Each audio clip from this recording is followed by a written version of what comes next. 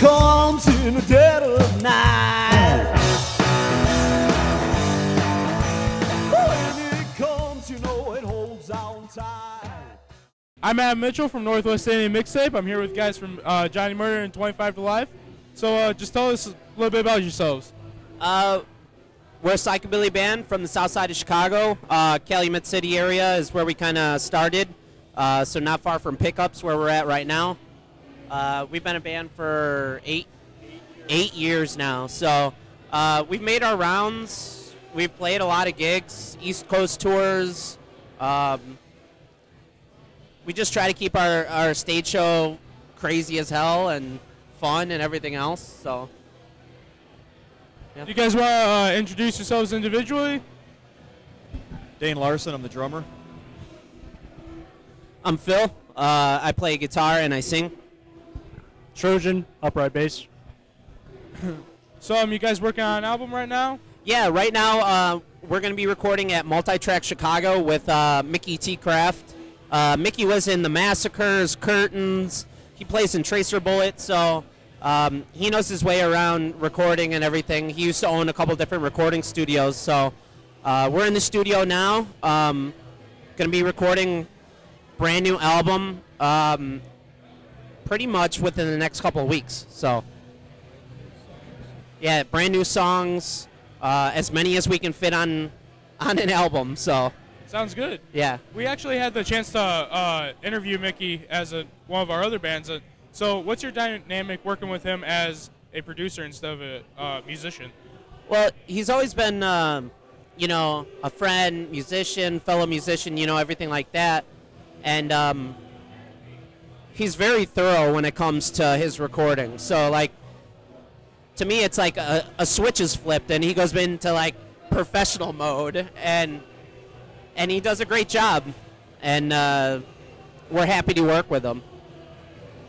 So are you guys currently touring for your new album, or what are you guys doing on that side? No, we will be playing San Diego at the end of summer. And, yeah, it's the Filthy Rockers Ball. It's the third annual one. It rotates around from different cities, but we'll be playing that. But we might do a small tour out there, you know, if we choose to drive the 4,000 miles. I can put my drums on my bike. Yeah. So speaking of shows, what's your craziest tour story or show story? What would you say? Which one? Maybe Yeah. driving 1,400 miles and sleeping on the floor of the van after I just drove those 1,400 miles and sleeping for about maybe 3 to 5 hours and then going up and, you know, playing a gig and then driving back another 1,400 miles.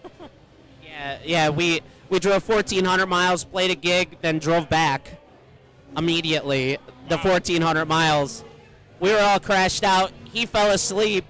I thought at the wheel. I woke up. I thought we were all dead. At that point, Dane wasn't in the band, but I'm sure he would have slapped us in the face. But my craziest one, I think, would be we played Detroit with the Coffin Cats, and one of our songs is actually about that trip where I somehow got pneumonia during the trip, and when I came back, I had 105.3 temperature. Wow. And nearly died.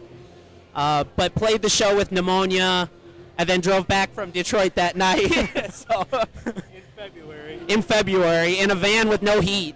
Wow. Yeah. With pneumonia. How about you? What's your craziest story? All right, I think the statute of limitations has passed. We saw first annual West Coast Records Ball, 2000 or 2001. Left from Seattle, 7 of us in a tour bus, went down with Graveyard Shift and Los Gatos Locos. Got down there, played killer venues 3 different days. The end of the 3rd night, they tried to throw Calavera out of the hotel. Everybody revolted, started throwing all of their plants and their furnitures into the pool off the 2nd floor balcony. Meanwhile, Sparky is there from Demented Argo tattooing his wrist. He's trying to give himself stitches. hears all this, goes outside, sees a plant in the pool, jumps off the balcony as he screams, "Jesus Christ, man, what did the plants do to these people?" Goes in the pool, all this broken glass to rescue a plastic plant. Wow. Needless to say, drugs were not involved. They weren't. So, you guys have been playing for quite a while. How'd you guys get started? Me and Trojan actually got started in 2004, 2005. You know, we always loved psychobilly music. We were always into the early stuff, Meteors, Crewman, Godless Wicked Creeps, King Kurt. Always into, you know, the early traditional psychobilly music, and, you know, toyed around with the idea. And then one day he calls me up. He says, "Hey, come over." And I'm like, all right. So I get there, and there's a refrigerator box on his front porch. I'm like, oh, great. You called me over here to move a fucking refrigerator. He goes, no. He opens it up, and it's an upright bass. And I go, well, I guess we're a band now. So that's kind of where it started, and we practiced a little, found a drummer. Practice on my front porch. Practiced on his front porch, and went from there. How'd the neighbors like that? We tried to be quiet, but there's been practices where we've had the cops called, I'd say, about 10 times on us. Wow. Yeah. No, they were not music fans. You should have had some donuts. Yeah. Lesson learned. Your style is it's a little bit louder than normal rockabilly music. So how do you write that? Volume on 11. Yeah. I mean, we practice pretty hard. For the last couple months, we've been practicing religiously, hours and hours a week, just trying to hone it, you know, our sound and everything. But the way we've always practiced is full volume, 100%, because sometimes you can't get that feeling if you're playing quiet or through headphones or something like that. So we just go balls out every time we practice, and sometimes that writes good songs. Sometimes we go deaf. So, individually, who are your biggest musical influences? Oh, man, they're all over the board. I've been playing since I was in 5th grade, and my dad raised me on blues and every roots music you can think about out of Chicago. I got into Black Sabbath about the same time I started playing the drums. That's how I learned to play the drums. Got into psychobilly and rockabilly in the early 90s. I'm all over the place. You can pretty much name a style, and I can tell you an influence I've got from that era. Well, I grew up on punk rock before I got into psychobilly, but Joe Strummer has always been my number one absolutely musical influence, whether it's songwriting, whether it's guitar rhythms.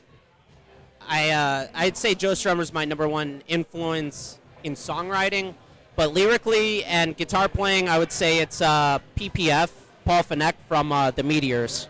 So, I mean, musically, I grew up listening to classic rock and blues, but as far as psychobilly, it's always been, old school bands, Schizo, Torment. Now I'm into some Turnpike Cruisers and just, revisiting shit that, I don't know. But as far as bass playing, give a shout out to Los Gatos, Yasso. I gotta give it to that dude. I gotta, give him mad props. I don't know. You guys got any closing remarks? Yep. While we're on it, Los Gatos Locos, Justin, Worldwide Animal Control, just had a daughter rather, I'm sorry. Just want to congratulate him on that. Congratulations. Yeah. Work on the son. Work on the sun. Yeah, we're rocking and rolling right now. We're going to be putting out a new album, and I look forward to getting a lot of new fans with it.